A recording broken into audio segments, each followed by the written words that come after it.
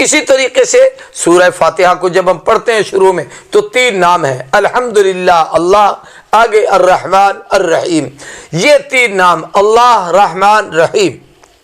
اگر کوئی شخص ان 3 ناموں کو یا اللہ یا رحمان یا رحیم، ان 3 ناموں کا ورد 7 جمعۃ المبارک تک ہر جمعے عصر کی نماز پڑھ کے مغرب تک اپنی جگہ پر بیٹھا رہے اور وہیں پر بیٹھ کر صرف ان 3 ناموں کا ورد کرتا رہے، یا اللہ یا رحمان یا رحیم، اور تصور کرے کہ میں اپنے خالق حقیقی، مالک حقیقی، رازق حقیقی اس کو پکار رہا ہوں اور وہ میری پکار کو سن رہا ہے، میری دعاؤں کو قبول کر رہا ہے۔ یا اللہ اے میرے الہ، یا رحمان اے مجھ پہ رحم کرنے والے، یا رحیم اے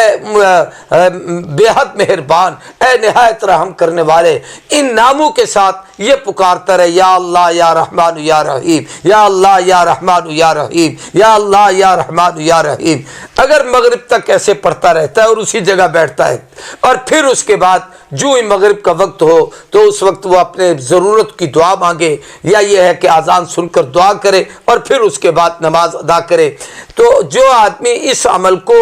کم از کم 3 جمعے اور زیادہ سے زیادہ 7 جمعۃ المبارک نہیں گزرتے کہ اللہ اس کی مشکل سے مشکل ترین مسئلہ، بڑی سے بڑی ضرورت اپنے ناموں کی اس عظمت اور برکت سے اسے حل فرما دیتے ہیں۔ ایسے ہی میرا اپنا ایک تجربہ ہے کہ یا اللہ یا رحمان یا رحیم، اس کے ساتھ اللہ کا ایک اور نام یا حی یا قیوم برحمتک استغیث، اے حی قیوم میں تیری رحمت کے ساتھ تجھ سے استغاثہ کرتا ہوں، سوال کرتا ہوں، درخواست کرتا ہوں۔ اگر اس کو پڑھے یا اللہ یا رحمان یا رحیم یا حی یا قیوم برحمتک استغیث عشاء کی نماز کے بعد 313 مرتبہ اگر اس عمل کو روزانہ کیا جائے اور اس کو تواتر سے کرتا رہے تو بہت جلد اللہ اس کی مشکلیں آسان فرمائیں گے، بہت جلد اس کا معاملہ آسان ہوگا۔ حتیٰ کہ کسی بچے کا رشتہ نہیں ہوتا، یا کسی بچے کی شادی نہیں ہوتی، کسی معاملے میں آپ پریشان ہیں، یا کسی سے آپ نے قرضہ لینا ہے اور وہ آپ کو ادا نہیں کرتا،